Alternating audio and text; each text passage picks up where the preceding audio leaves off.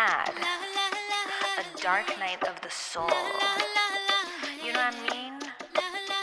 Those on your knees moments. I want you to know your sexiest days are yet to come. I can't wait. This is for you. Look, nothing lasts forever except my swag. And you just saw a clip from my new music video for Sexy Dark Night of the Soul.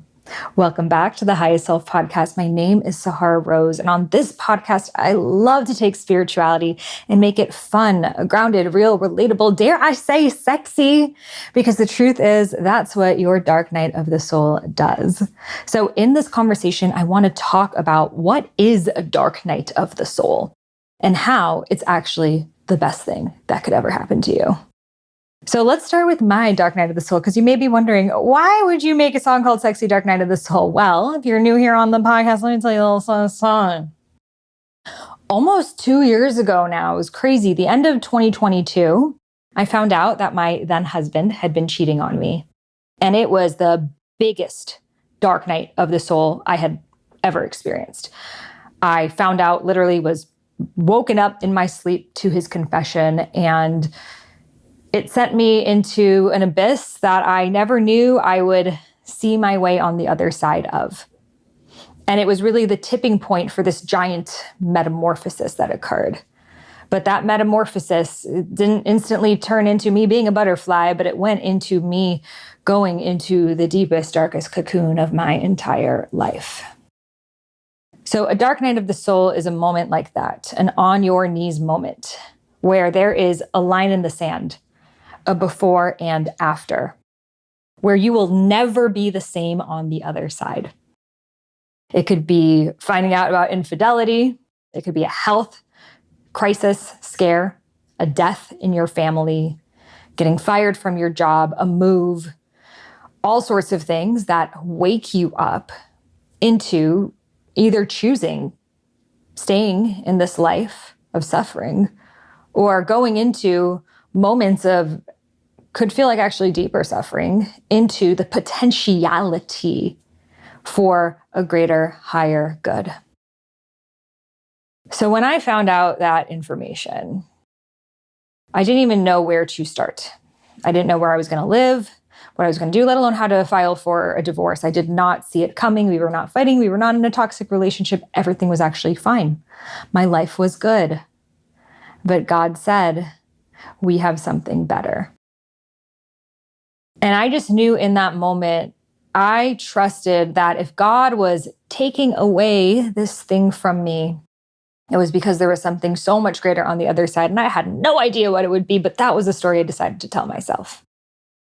And so into the abyss I went. And it got dark and it got deep.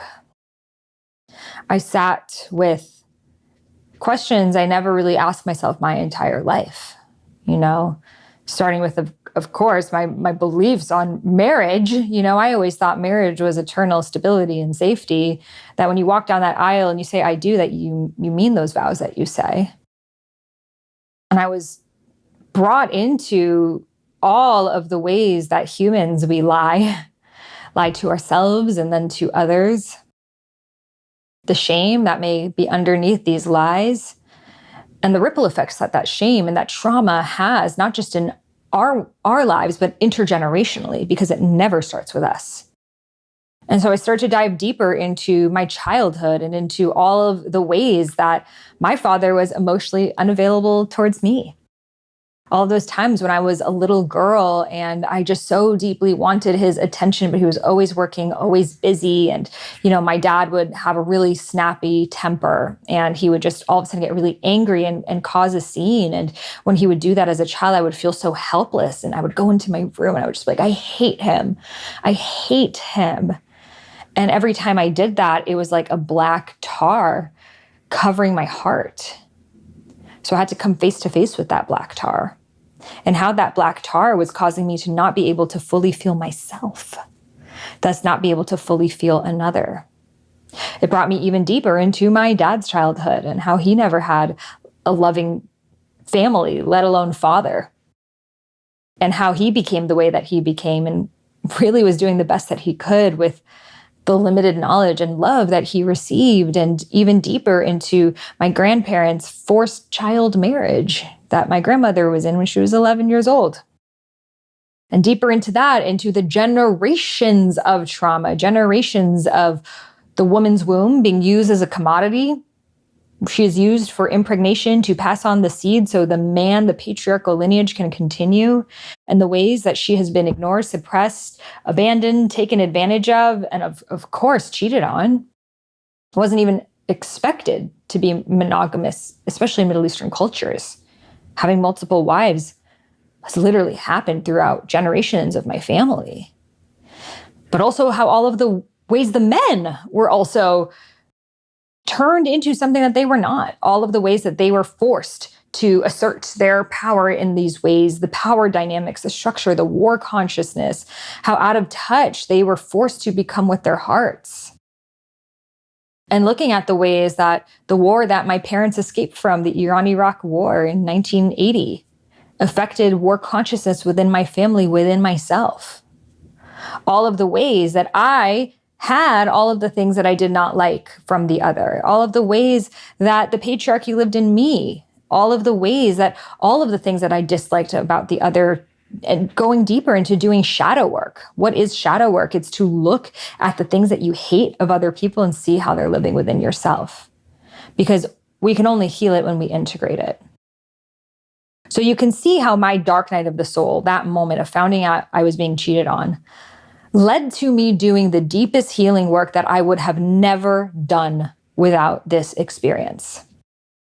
And I knew then, I promised myself that I will not become one of those women who become bitter and pessimistic and close their hearts because of this, but this will be the very reason why I am more loving, why I am more open-hearted, why I experience greater love and intimacy and romance than ever before.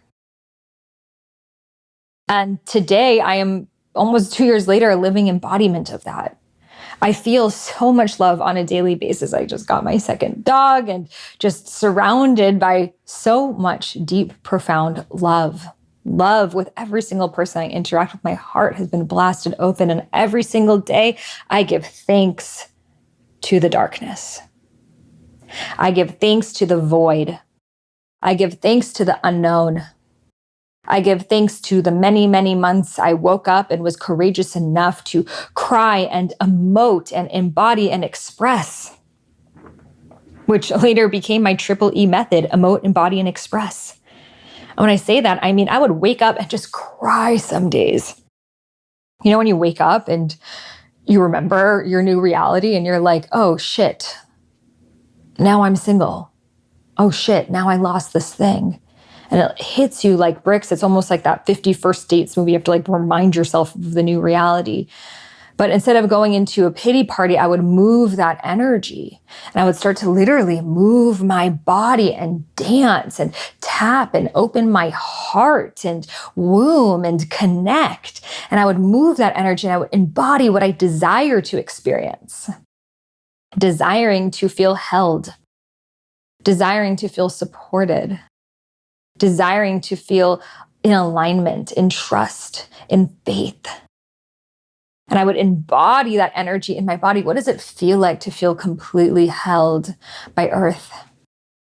What does it feel like to literally open my heart to love? What does it feel like to embody joy regardless of what's happening in my life? And thus I began to express.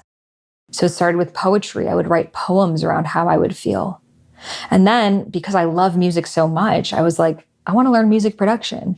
So I started to learn how to produce music. I would go on YouTube tutorials on how to make beats and get samples and start putting them together. I love Afro beats music. I love hip hop. I love reggaeton. I love dance hall music. And I'm like, I want to make that, but with like lyrics you feel good about getting stuck in your head. That like I want to have in my subconscious, but like dope ass motherfucking beats. You know what I mean? So I'm like, I need to put this together, especially when you're going through a dark night of the soul. You can't read a book. Like, let's be real. Like, you can't read. You're not like sitting and like reading at Cartol. Like, you're in it. You're punching pillows and shit, you know?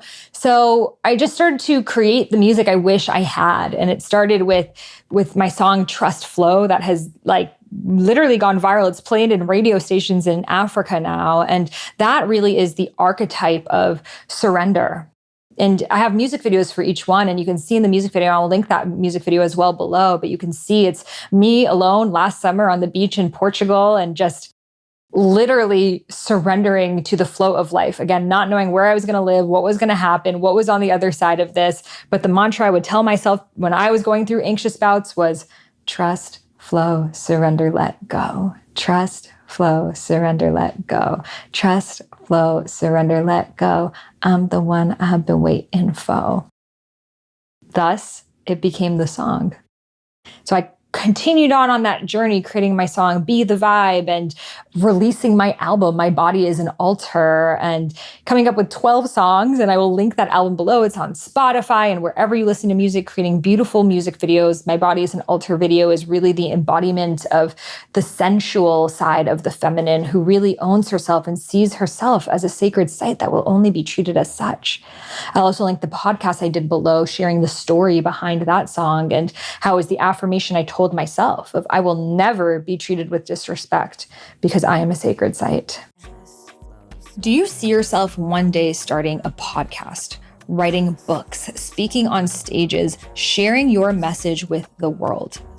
But the thing is, you are afraid that you're not a good enough speaker yet. Maybe you're inspired by people like me and Gabby Bernstein, and you know you have it within yourself too, but you just don't know where to start.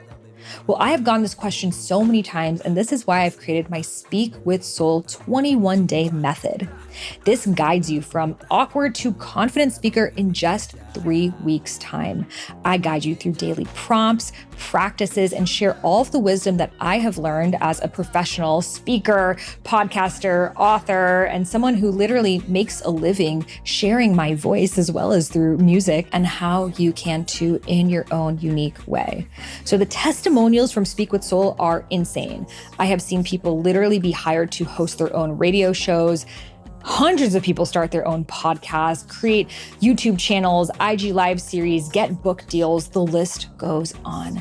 So whether you want to professionally share your voice or just get better in conversation and connection and just feel more confident in what you say and not feel like you're so in your head and release any fears or hesitations you have around the way that your voice sounds and its pitch, well, this course covers all of it. So it's just 10-minute daily videos for 21 days that I promise you, if you follow this process, you will be a completely other person on the other side. Because the truth is, when is the last time you spent any time on your speaking? For most of us, it was like maybe an awkward speech in high school and we never touched it again. So speaking is the way that we communicate with the world. It's the most important thing we can do. It's the way that we get our message across.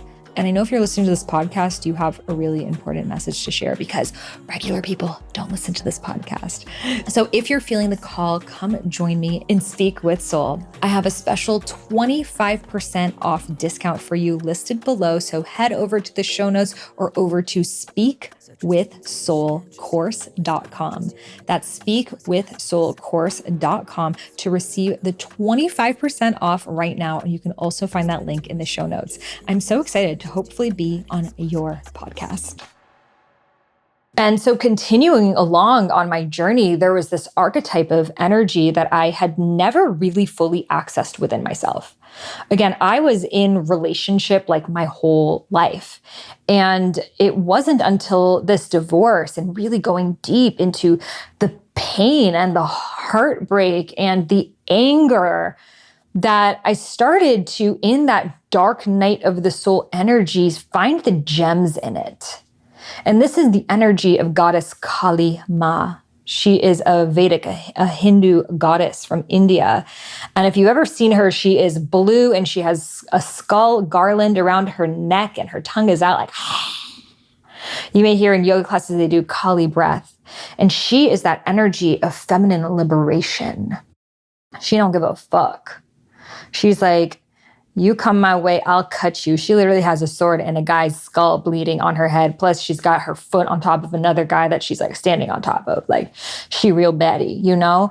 And she is sacred and incredible and fierce and powerful. And she is the aspect of the feminine that awakens when our boundaries are crossed.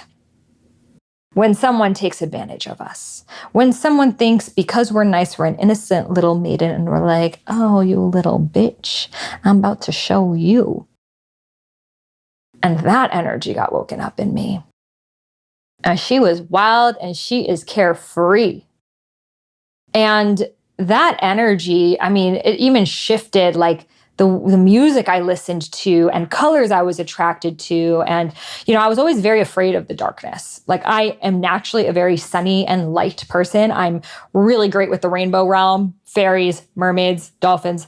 That's my jam. Like I do live in Lemuria. However, oh God, going into that underworld, I was like, oh yes, I am Slytherin indeed. The snake realm. That realm of that Shakti energy. And the darkness is actually the home of the feminine. If you think about the energy of the darkness is the womb. The womb is where all life comes from. All life is from the darkness of the literal void within us. The word kal, where kali comes from, is darkness, but it's also truth. So think of that. In the darkness, you find your truth.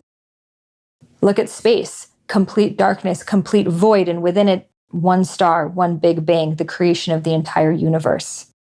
It is from the darkness that all light emerges from. You cannot have light without the dark. If you think about the soil is the darkness. It's the fertile essence of earth. It's who she is. Earth is soil. And within it, there are little seeds. And when we water them and the light is just right, they turn into the most magnificent trees. So all creation comes from the dark. We fear the dark. We're like, please, I don't want to have a dark night of the soul. I don't want my heart to get broken. I don't want to be sad. I don't want to cry. I don't have it in me anymore. But if you go back and you look at all of the most massive transformations of your life, I want you to literally think about it right now. The times in your life that you moved, the times in your life that you stepped into a new chapter, a new job, a new relationship, a new way of being. It was always after the storm. It's the storm that shakes shit up for you to even clear the pathway enough for the rainbow to emerge. You cannot have a rainbow without the storm. Rainbows come in those brief moments of time, the clarity that comes after the storm. We all want to be in rainbows all the time. We don't see them all the time. There's a reason for that. It's going into the eye of the storm, and you don't need to chase the storm. They'll find you. But when those storms of life find you, the heartbreak, the health problems, the deaths, embrace them with open arms. Because within them, you become more alive. The greatest gifts I have ever experienced have come from the darkness. My ability to be here today with you, speaking on this, would not have been possible without that dark night of the soul. And the other dark nights of the soul I've had before that, my parents disowning me, going through massive health issues in my early 20s, doctors telling me that I may never be able to have children, healing that through Ayurveda, being broke, living in India in a hut with rats in it, other heartbreaks. The list goes on. I've danced with the dark. But it wasn't until this that I was like, yo, dark, we got a secret handshake now. I am no longer afraid of hell. Because I'm like, oh, hell is just heaven inverted. Hell is not this bad place that we go when we're bad. It's a state of consciousness when you fight it. When you fight the state of hell that you are in, you actually become in hell. But when you embrace it with open arms, you say, this feels like my living nightmare right now that I am in. I literally can't imagine a different nightmare, and I'm in it right now. So I'm just going to let the waves wash over me. And you become an open vessel to just feel. Not to problem solve, not to figure your way out, just to feel. To cry those tears that likely you've never cried in your entire life. And this situation was the little tip of the iceberg that you needed to allow the decades of tears that you held back. And I realized that in my own dark night of the soul, that this manifestation of the divorce needed to happen because it allowed me to feel all the feelings I never did my entire childhood. And for them to literally be purged and cleared from my energy field. And every single time I would have a release, it always invited in spaciousness for more light, for more joy, for more love. In fact, it's impossible to not have that on the other side if you open yourself up to truly feeling. And another beautiful gift of a dark night of the soul is it makes you sexier. Yes, I said it. You can quote me on it. A dark night of the soul makes you sexier. So let's talk about why. First of all, sexy is a state of consciousness. Sexy has nothing to do with like what your body like physically looks like due to like Western beauty standards. It actually has to do with your vibe, how you operate, how you speak, how you move, how you show up in the world. People can feel your energy of sexiness. They feel it in your eye contact. They feel it in the way that you speak. They feel it in the subtleties of your body. Sexy is a state of consciousness. Sexy means, yeah, I know, I love myself. Sexy is, I'm not afraid of my power. Sexy is, yeah, I know I got it and I get to choose with whom I share it with. Sexy is, I am worth it. Sexy is fun. It's spontaneous. It's letting your hair down and not being so caught up in what people think about you. You know, there are many beautiful women and men around the world, but they're not all sexy. And sometimes the most beautiful models in the world are the least sexy. You know what I mean? You know what I mean? Because it's like, you know, when you see someone and they're like, they look incredible based on beauty standards, but they're so insecure. You know, like they're covering their bellies and they're kind of making themselves small and they're covering their shoulders. They're making themselves look small and they can't make eye contact with you and they're kind of looking down and they're not present. You could feel they're in their head and they look like supermodels, but their energy, super not sexy. And then there are people who, you know, they may be overweight according to our standards. They may be too skinny. They may have frizzy hair. They might be bald. They might be old. They might be whatever the thing is, hairy legs and armpits and blemishes and whatever the thing society tells us is, oh, you must cover yourself up if you look like that. And they are some of the motherfucking sexiest people on this planet because they are hot and unbothered. They are letting it all hang out, but with ease and grace. They love themselves. They adore themselves. They cherish themselves. And they're inviting us in on a little taste of their own experience. It's their party. We get to watch them in it. And that is sexy. They are magnetic. They are in their juju. They are having fun. And we just love being around them. You know, like, have you ever been to a strip club before? I don't like the strip club, to be honest. I think it's a quite traumatic place, to be real. However, you will notice that the dancers that you are drawn to are the ones who look like they are having fun. When they are having fun and they are so in their bodies and they are so in themselves, you are drawn to that energy. You are like, damn, like, I want to feel like that. And it's mesmerizing. But the one that she might have the perfect dance moves and pointed toes and splits and all the things, but she looks like this is a job and she can't wait to be off and she can't make eye contact and she really doesn't want to be there. It's like heartbreaking to watch. It's like, it makes you like rethink your whole life, kind of making you feel that way. It's like making you rethink your entire life. Like definitely not the sexy vibe that we want. We kind of want to save her.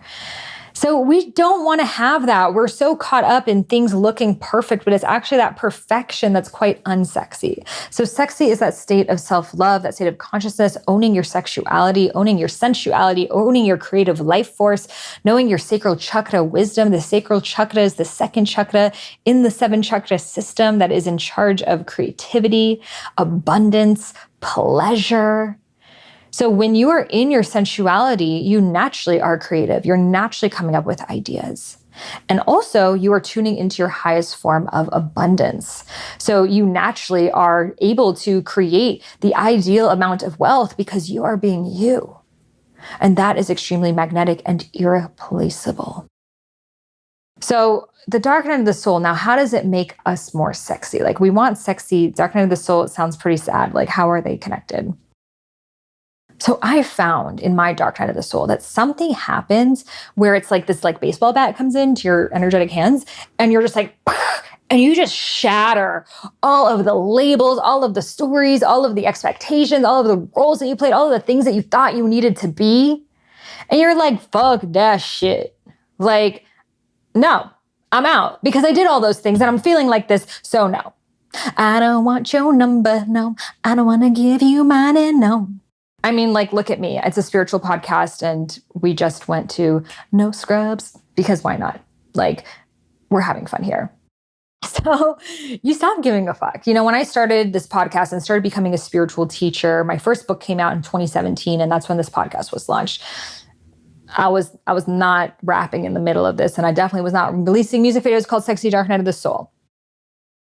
But through the dark nights of the soul, I just stopped caring. I'm like, you know what? We all experience pain. We all experience hardship. So I'm going to choose to make the moments of light even brighter. I'm going to choose to wear the thing that I want to wear. I'm going to choose to show up how I want to show up. I'm going to choose to sing, dance, rap, create, express, say the thing on my mind and not give a fuck. And the people who are offended by it, thank you, bye-bye. You're not meant to be in my field.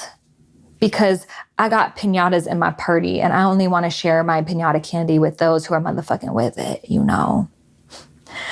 So it changes your vibration. It changes the crew that you're around. It changes everything. And you actually want that shit. You want to be so radiantly yourself that the people who are not radiantly themselves, they can't handle. And if they can't handle it, it's like, thank you, love ya, bless ya, peace. We don't need that in our field. So your dark night of your soul, it causes you to break those rules, break those boundaries, break the ways that you thought, I need to speak like this. I need to dress like this. I need to behave like this in order for me to feel loved, validated, accepted, approved. And it's like, fuck that shit. We don't want to do it no more because it's boring. It's keeping us in stones. And you just stop caring. And it's just like all of a sudden you're showing up with humanity.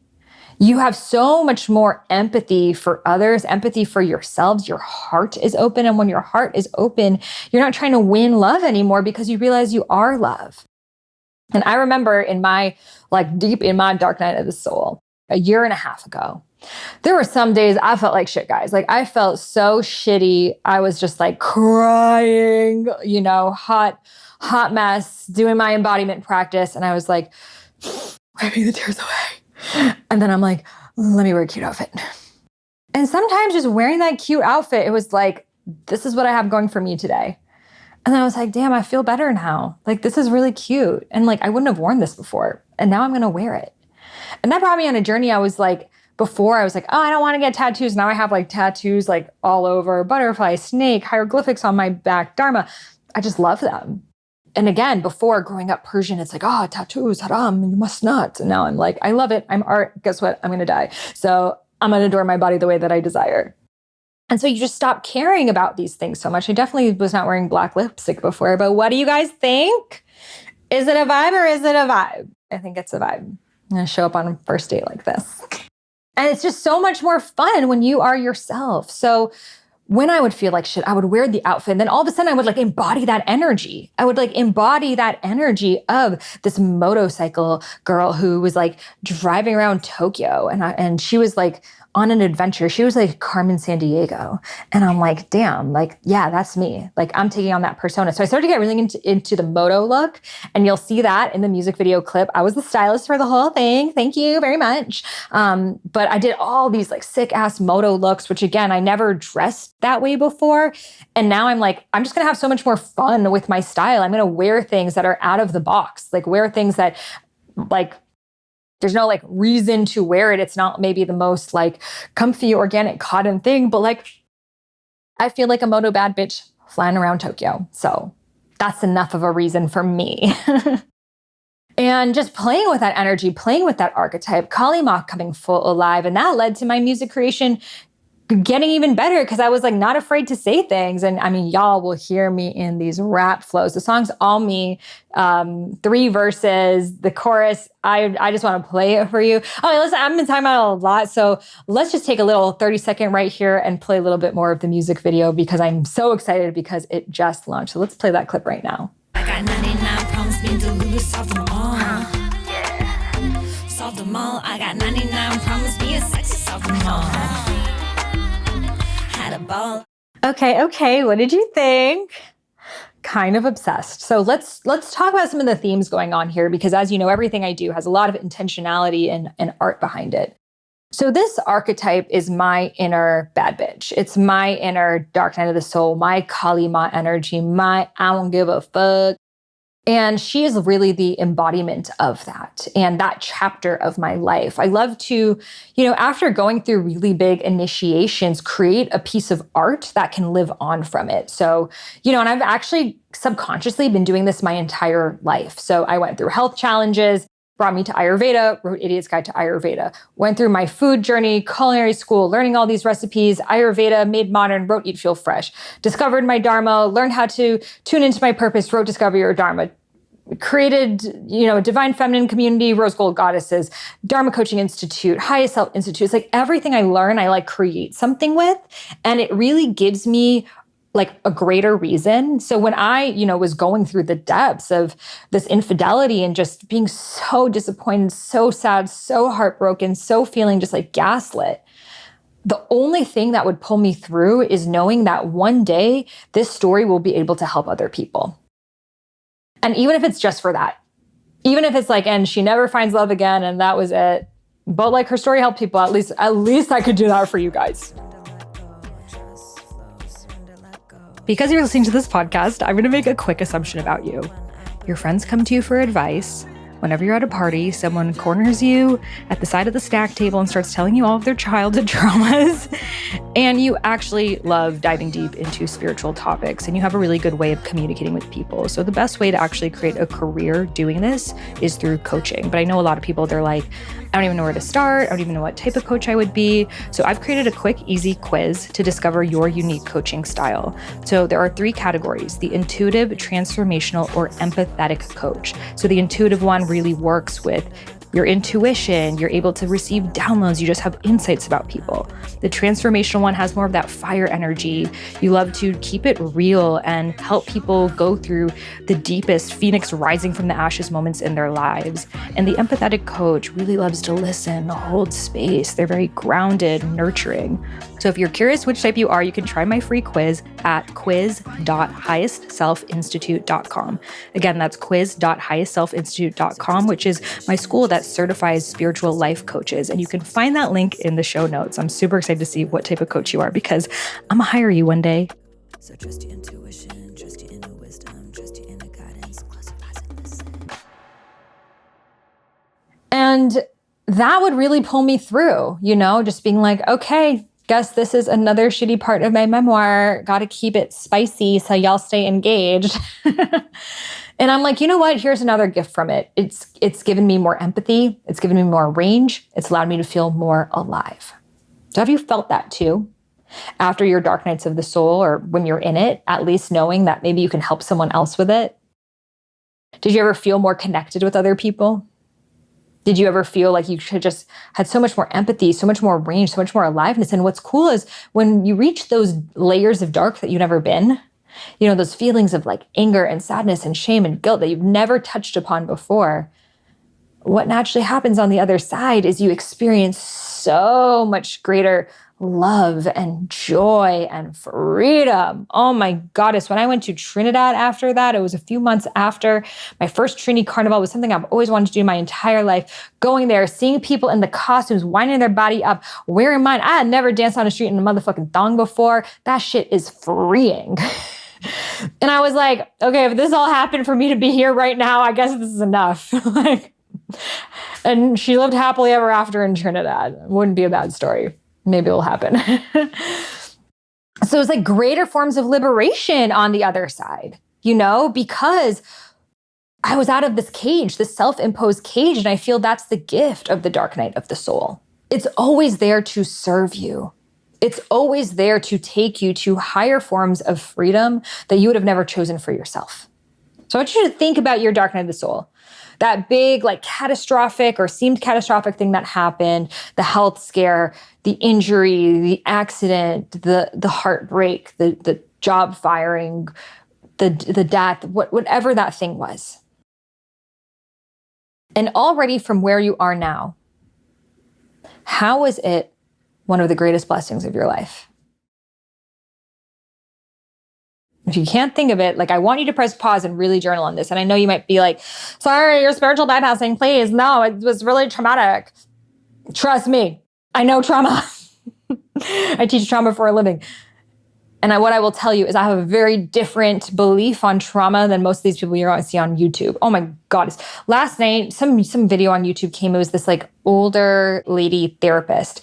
And it's like people ask questions, and this girl was like, I was adopted, and I've had really bad relationships, and like, what do you think's going on? And the lady was just like, well, of course you have really bad relationships. You're going to struggle with really bad relationships your entire life because you were adopted, and not at 1 month, but at 8 months. Oh God, it's irreversible damage at this point. And I was just like, what in the fuck is she saying? Because it's like, what is the story we're telling ourselves? That story that she is perpetrating right now is a story of victimhood. And what is that doing to the poor girl who sent that question so vulnerably? It's telling her you're not fixable, that you will never have a healthy relationship because of something that was out of your control. And that shit is so fucked up to say, oh, because you experienced trauma, you will never have love. Because you didn't grow up with parents in a loving relationship, you'll never have a loving relationship. Because you were cheated on, well, you're gonna forever have trust issues. That's the shit we're saying, fuck you to, for real. Because that keeps us looped up in the victim story. And guess what happens when we can stay looped up in that? You keep manifesting it. I remember one of the first books I read after the infidelity, I looked on Audible. Of course, I decided to read a book first thing. You could just see where I was at in my consciousness then. I was like, okay, must learn how to fix the heartbreak of cheating. And it was like, I'm not even saying the book's name. It was some stupid ass book. It was like, find a cheater and save your life. And the whole thing was like, oh God, you are doomed. You have PTSD. In fact, it's worse than PTSD. It's post-betrayal trauma, complex disorder, and you're just not going to even know what's real anymore. And the levels of gaslight you have, it's going to take forever to unwind. And whoever did that to you is a sociopath and a narcissist and dangerous. And you got to check your bank accounts because they're probably stealing all your money, and check everything, and your life is doomed, and good luck to you. That was the book. Not a great book for like your first read right after that kind of thing. And even then I knew I'm not taking the story on. I am not going to make this thing that was like completely out of my control, the thing that makes me now not have the thing that I want most in life, love. Why would I now decide I am set out for doomed for endless heartbreak and suffering forever because of something that happened? If anything, this is going to be the reason why I do the deepest excavation work of my life related to love, to on the other side have the deepest love I have ever experienced. And true, not role-playing love. I'm husband, you're wife. You come home at 6, I make dinner, we watch movies, go to sleep, repeat, rinse, da-da-da-da-da. List goes on until eventually an affair happens. That's the paradigm most people are on. It ain't working. If you haven't noticed, it's not working.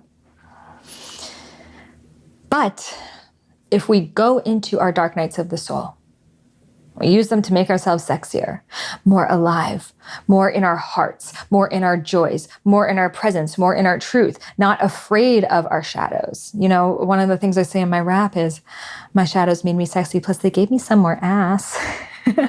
And what that really means is your shadows, those parts of yourself that come from the wounds, they are the way. They make you sexy and they give you more ass, like more booty, more twerk, more bounce. Even twerk is a state of consciousness. It's a state of being open and releasing in your body and being free. And by the way, it's just how people have danced in foreign cultures around the world. It's African culture. If you look at many tribes, it is gyrating of the hips in the exact position that we call twerk. And now is this like horrific thing you must never do. It's just African dance from the Makoba tribe specifically, practiced all over, specifically the Congo. There's some dance sociology for you. Belly dance comes from, all around the Middle East, specifically in Egyptian cabaret style dance, we'll see the gyrations and the shimmy. If you actually look at all forms of dancing, bachata dancing in La República Dominicana, like cualquier, there's always going to be gyration of the hips. There's always going to be movement and expression because that is actually the feminine form of spirituality. The feminine path to spirituality is through our dance. It's through moving our bodies. It's through coming alive. And patriarchy, which has been really conditioned in our minds from religion, and I'm not saying that's how the religions started, but it's definitely how they've ended up right now due to the past 2,000 years of rewriting all of the books. And it's not originally what Jesus or Muhammad or any of those people said, but it's been used for control. And what is the quickest way to control feminine power is to tell her that the very things that put her in her power are going to keep her from love.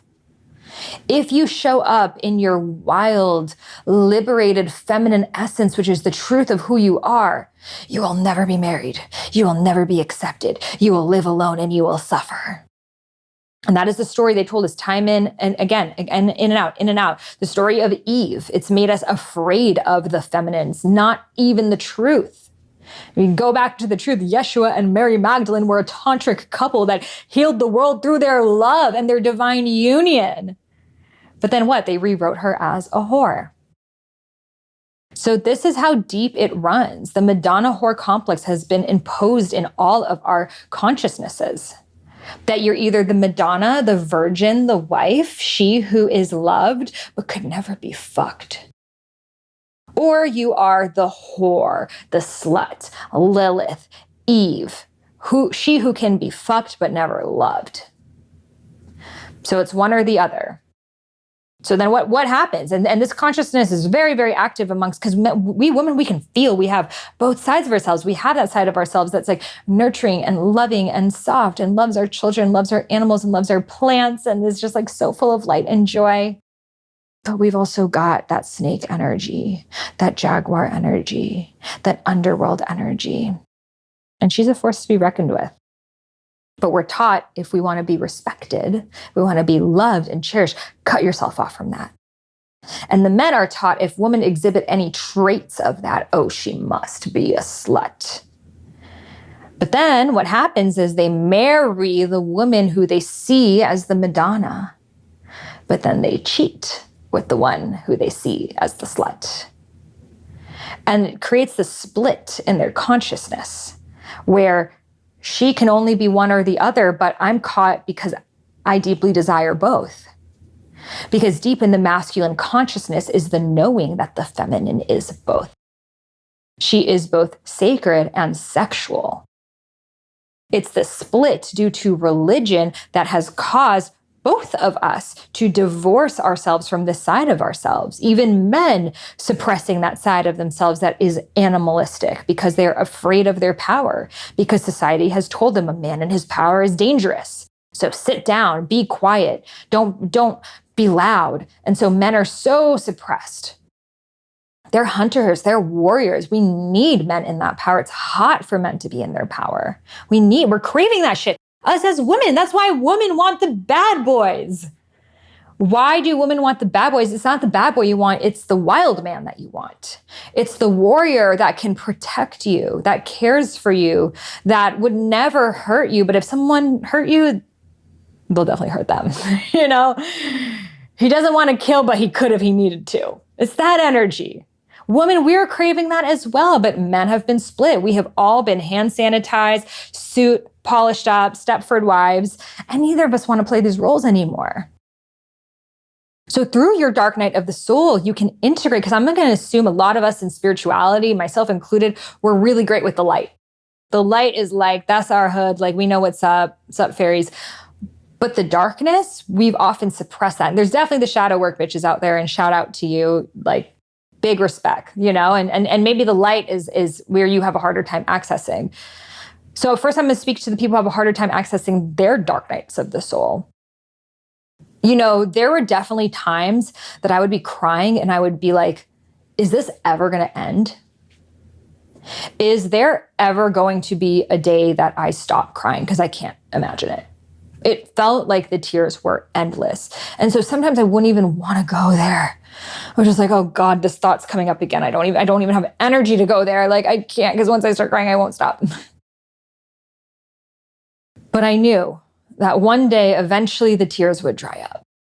And to just feel them when they were there, but not just to like sit and cry and have a pity party, but again, to move them through my body, through my triple E method. So I'm going to link below my daily embodiment practice absolutely for free that you can do to have an experience of my method. It's a 10-minute daily embodiment practice you can do. I also teach this method now at Highest Self Institute, my school, so you can learn how to become an embodiment coach and not only do this method on yourself for your own healing, but create a career for yourself as a certified embodiment coach. It's 3 months, we dive deep. Month 1, emote. Month 2, embody. Month 3, express. So you learn how to use this method on releasing anything that you're holding on to. Whether you're in your dark night of the soul right now, there's 3 months ago, 7 years ago, when we don't actually go in and do that deep healing work, we stay stuck at that vibration. And that's when you start to notice the patterns. I keep attracting the same kind of guy. I keep, getting stuck in the same situation. That's because you didn't go into the dark night of the soul. You were like trying to skirt around it because you were afraid of the tears never stopping. When you use the method and you go into the tears and you move them through your body, they become the greatest gifts of your life. Oh my God. It's like you find out things about yourself that you would have never experienced before. And after every single time, I would be like, thank Goddess I sat with myself in this practice today, because I would have never cleared that. And I would have been holding on to that in my body, and I would have been manifesting from that place. So if I felt like disgust from his actions, I would literally do the method on disgust, emote, embody, and express. Disgust, embody. What's disgust like in my body? Express, clear it from my field. And I would literally purge it out of my energy body. Then now I no longer hold any disgust in me. In fact, I feel great compassion for people who, are unable to control their sexual impulses, because I know that's coming from deep-seated shame and trauma as well. But until I was able to purge the disgust, I held judgment around it. And as long as I held judgment around it, there was a separation between me and that. I am not that. That is ew. That is beneath me. That is disgusting. Ugh. But then how I feel in my body is contraction. How I feel in my body is separation. I don't want to feel like that. So it was only through releasing it, doing the method on disgust, on anger, on rage, punching my pillows, screaming into them, screaming in my car, like, that Jasmine Sullivan song, I bust the windows out your car. And though it didn't break my broken heart, I'll probably always have these ugly scars. But right now, I'm not thinking about that far. When I was in Peru, I was like in the Sacred Valley. It was like post-medicine. And I was like, and that song just came through. It's like, that's that feminine rage right there. I was 11 years old when it came out. Never even kissed someone, let alone had a boyfriend who cheated on me. But I felt her in that moment, And that's that universal feminine rage that is like in us. We're raging for all of our ancestors who couldn't. All of our ancestors who were cheated on, all of our ancestors who were abused, all of our ancestors who had alcoholic husbands and had to raise kids on their own and were disrespected and used as a commodity. We are raging for all of them, all of the times they have been silenced and muffled and oppressed. We are their voices. So the reason why it might feel like I am more angry or more sad than even the situation is because you're actually doing energy clearing work for all the generations before you who could not. Who literally, think about your grandmother. Could she do a rage ritual? Would it have been safe for her to do a rage ritual? No. She should just take care of children. and cook and clean and be there for everyone else. She probably didn't even have the luxury to feel her emotions. You know, it was funny because two of my friends and I were like talking about our grandmothers, and you know, they were talking about how they're both Latina, and they were talking about how in Latina culture, like their parents would be like, oh, your grandmother's going to take care of that. Your grandmother's going to cook. Your grandmother's going to clean. Your grandmother this. And I was like, damn, like that's kind of messed up. And they were both like, no, our grandmothers just love doing it. I'm like, I know my grandmother loves doing it too, but why do you think all of our grandmothers happen to just love cooking and cleaning for us all the time until the day that they die? Like, why do you think they all just happen to love that? And we started laughing because it's the conditioning. Yes, they love it because they were conditioned that was their only inherent value.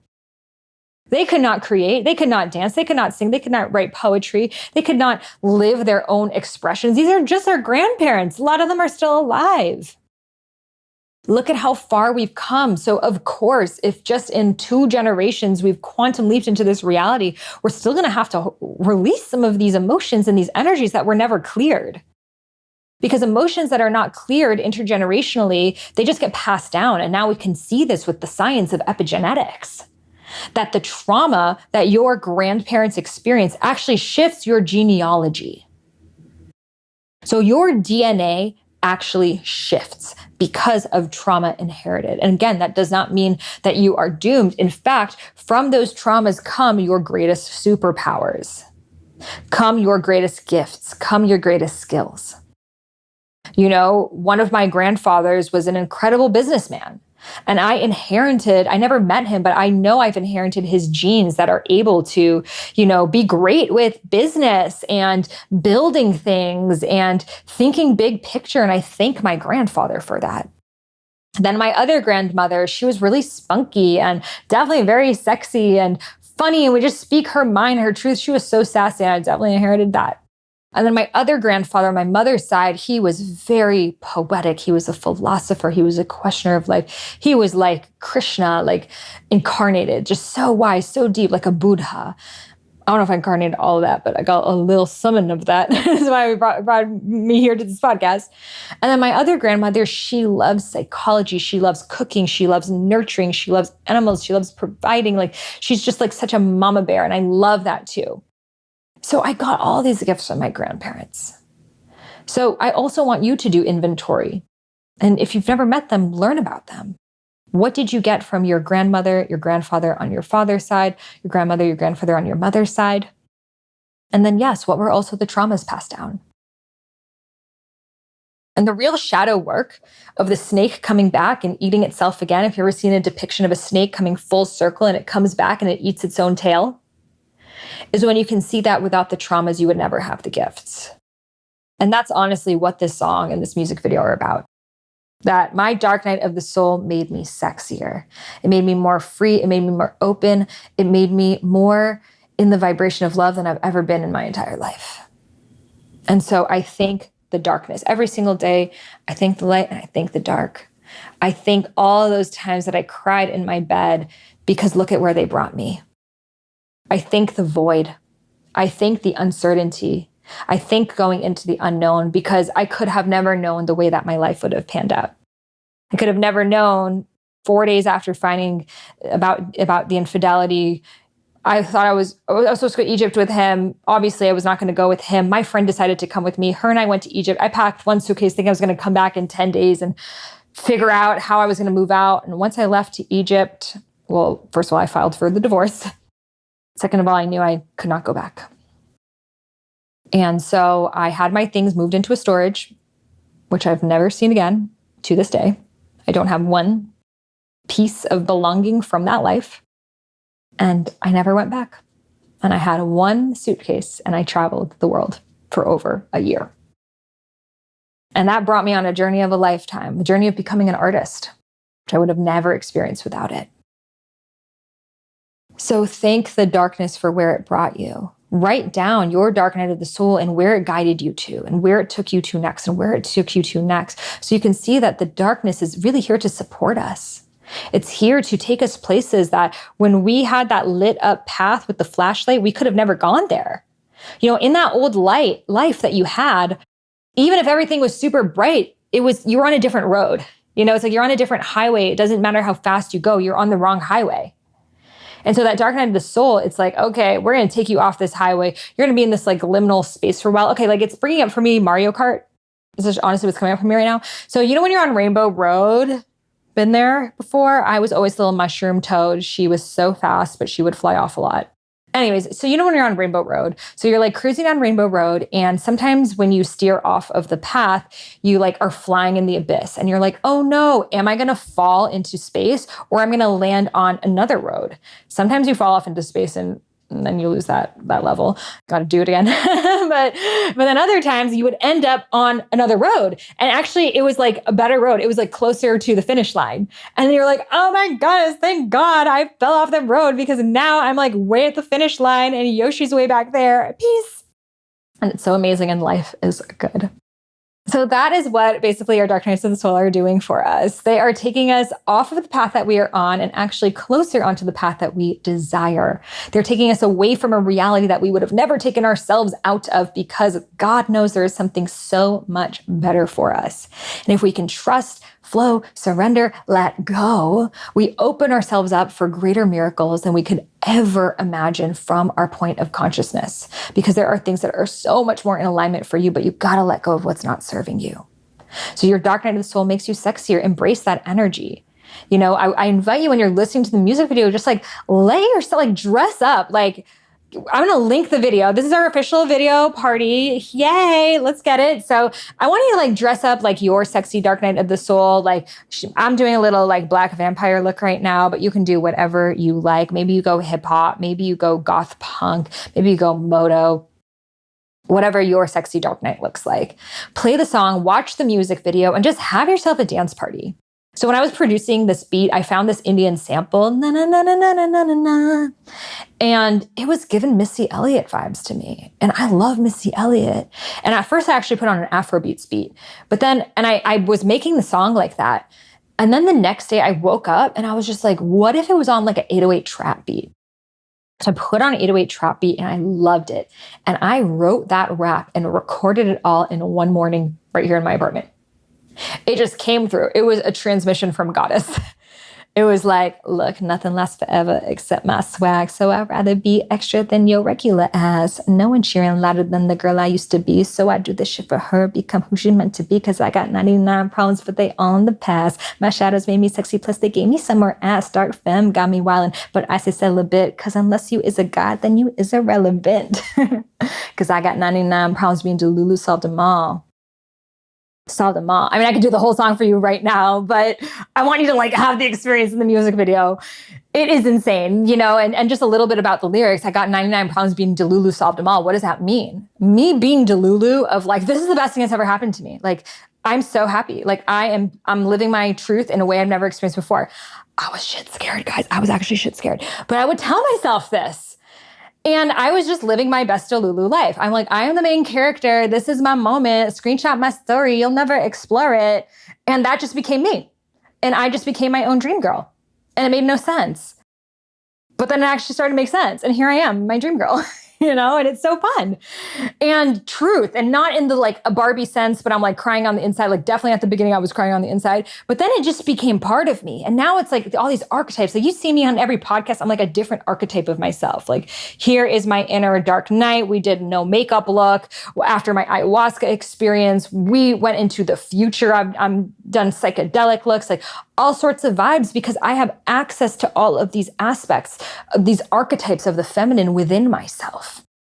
And that is so fun to play with, because for example, in a relationship, if I am just me and you are just you and that's it, it gets real boring real fast, and that's how shit pops off, and not the way that we want it to pop off, So when we can play with different archetypes within ourselves and we're with another partner who can play with different archetypes within themselves, we can have a lot of fun. We can be role-playing, cosplaying, maybe we're just doing different Super Smash Bros. Characters, who knows where it will take us, And that's what's fun about it. You get to explore these different archetypes and characters within yourself. And that was all through my dark night of the soul. So I want you, when you're listening to this, have your own experience, be your Delulu self. Make whatever you're going through the reason why everything in your life actually happened better than you could have imagined. Like, let's say you're like, right now I had to move back home with my parents. And right now that feels like the worst thing that ever happened. Okay, how is you moving back home with your parents the best thing that's ever happened? It gave me time. I could focus on my creative pursuits. I dropped an album. I wrote a screenplay. I saved enough money to travel the world. I met the love of my life at a local coffee shop. I mean, it could be a real Hallmark movie if you want it to be. It's just most of us, we take on the role of this sucks and I'm waiting for things to get better rather than this sucks, so this is why it becomes better. Do you see the difference there? It's the story we tell ourselves. If it's, I'm waiting for something amazing to happen. Can something amazing happen? Can someone amazing walk into my life? I'm waiting. Well, you're not being amazing, so amazing things are not going to come your way because amazing things and people are like, you're boring, bye. But when you decide you are amazing, and even if you don't feel amazing, you start to tune into the things that make you, whether it's listening to this song, whether it's dressing up, whether it's going to the park, whether it's getting a second, third, 20th dog, whatever the thing is for you, then all of a sudden you're vibrating higher. And then people who are vibrating higher find you. You find each other, you see each other, and then you start vibrating even higher together. And before you know it, it's a whole motherfucking vibe. And that's what you see in this music video. I'm dancing with these girls and we're hyping each other up.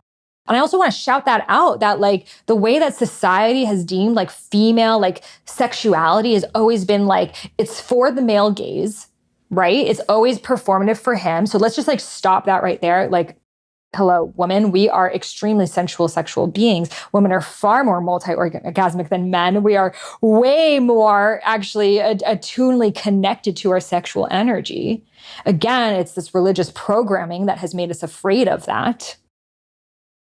And so letting us dress up sexy for ourselves. You know, this whole music video is like femme empowerment. And for real life, we were having so much fun making the music video. Like the girls, we had like volunteers come from the community. So some High Self podcast listeners were there. Some professional dancers were there. My bestie was there. We were all having so much fun and we were just hyping each other up. Like, go girl, drive down into that split. And it was so much fun. And we were just like cheering each other on. It was like the best vibe, zero competition, all just like raising each other up and seeing women in her full expression and not feeling like, oh, that's intimidating or that's triggering or I'm jealous or she's going to try to take my man or whatever the story is. Like, trust me, I love the song, The Boy Is Mine, but that shit was toxic.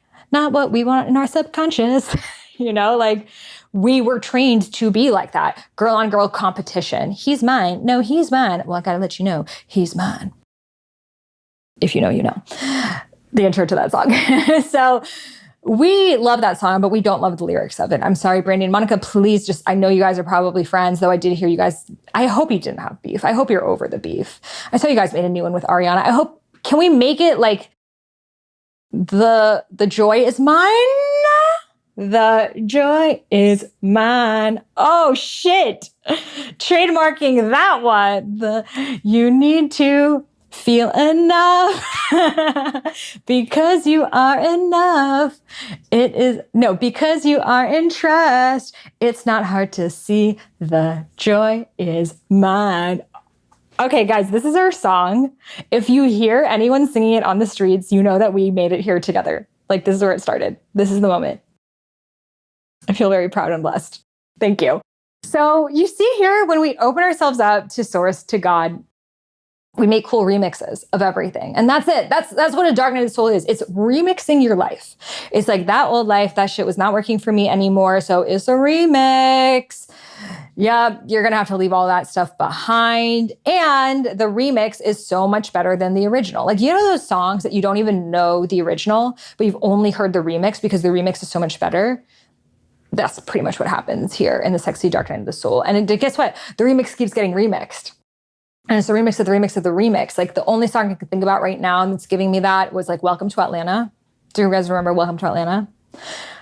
It was like 5 remixes. I couldn't keep up, but they kept getting better. Like, I had the Saint Lunatics on some. We got Snoop Dogg representing West Side. We had Nelly, I mentioned Saint Lunatics. We had Jermaine Dupri on there. We're not going to talk about Diddy.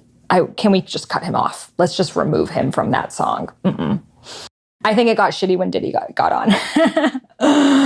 So don't share this with him. I hope he's in jail. So anyways, moving on, you can see that you can take your dark night of the soul. And the thing is, his dark night of the soul is he's just dark. Our dark night of the soul is we are accessing our dark to step into more light. And do you see here, like, I feel that's why we're afraid of our dark. We're like, oh my God, dark means I'm bad. It doesn't mean you're bad. Dark is, it's like, if you even think about it, like, if the fact that we're so afraid of the dark is like, we're afraid, it's like dark skin, like melanin, melanin skin is skin that's actually holding more light in it. That's actually what it is. So again, and like a lot of it is our racism and that programming too, that, oh, black is bad, dark is bad. And by the way, this racism exists in almost all cultures, like in growing up Iranian, like I'm darker than most Iranians are because my mom's family is from South Iran. It's Afro-Iranian. So Persian people would always be like, oh, your daughter's so pretty for, they call it a sabzeh, for a dark girl. For that, And even when I was a little girl, like my grandma was really fair and I wished I was like her. I would put yogurt, she would put yogurt on my skin and to try to make me lighter. So do you see here, dark is bad. It's literally from the time that we were all children. In India, when you go to India, you see these huge billboards for fair and lovely. What is that? Skin bleaching. And by the way, all of the biggest Indian Bollywood stars are the faces of it. So what are we telling people in a brown country, especially in places like South India, where people are, like melanin and beautiful complexion? We're telling them, you need to be fair and lovely because white is right. Lighter is better. Darker is worse. So to be afraid of the dark and darkness is actually deeply rooted in racism and deeply rooted in colonialism, that we need to bring whiteness to the world. So even look at that within yourself. Did you grow up in a family that was racist? Did you grow up in a family where there's internalized racism? Did you grow up thinking that you being darker or having curly hair or a wider nose or whatever the thing was made you inferior? Did your family talk about other people like that? Because these are all ways that we have that programming within ourselves, and only until we purge ourselves from that consciousness, we will continue to manifest it. So don't be afraid of the dark. The dark is where it's at. The dark is the motherfucking vibe. The dark got some people in moto outfits, people having fun, people dancing, and actually it's where the joy is. It's actually where the full integration of life is. You can't have the sunrise without the sunset. You can't see the beautiful shooting star without the dark night sky.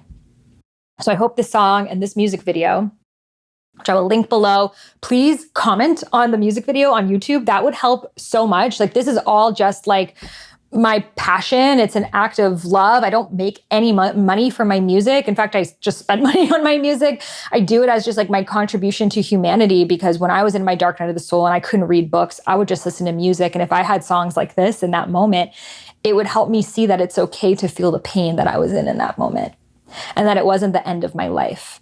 And that though I was experiencing something intensely difficult, that it was actually the beginning of an iteration of me that I didn't know existed. So if you're in it right now, I want you to know I see you. I know how hard it is. It feels like you're in the middle of this dark, dark tunnel, but the light will find itself when you surrender into the dark. And celebrate it, because one day you'll look back on this moment and thank Goddess for it. It's because it's when it made you become fully alive. So please leave a comment for Sexy Dark Night of the Soul. I have that music video linked below. It means so much to me. Share with your friends. Add the song on Spotify to your playlists. That would really help. Like, imagine this being in the mainstream consciousness instead of like the horrible like lyrics of like, she got a fat ass and she a hoe. Like, we don't want that. Like, we're done with that shit. We want to have music about consciousness. We want to have music about empowerment, and without it being like all like, like mantras and sound baths, like also having it be fun and sound good and things that we actually want to shake our asses to. I have another song called Shake Your Ass for Your Ancestors. So I'll also put my album below so you can check that out, my other music videos as well. And I am just so deeply honored and grateful to be here on this journey with you, to be on the other side of this dark night of the soul, so I can share the glimpses and the wisdom that I've gained, that like, holy shit, life is like full spectrum on the other side. You see the colors brighter, you feel things deeper, everything just becomes so much more beautiful. So just trust that. Trust, flow, surrender, let go. All right, I hope you enjoyed the music video. I can't wait to see your comments and check it out. And I'll see you in the next one. Trust your intuition, trust your inner wisdom, trust your inner guidance. Close your eyes and listen. Surrender, let go. So trust your intuition, trust your inner wisdom,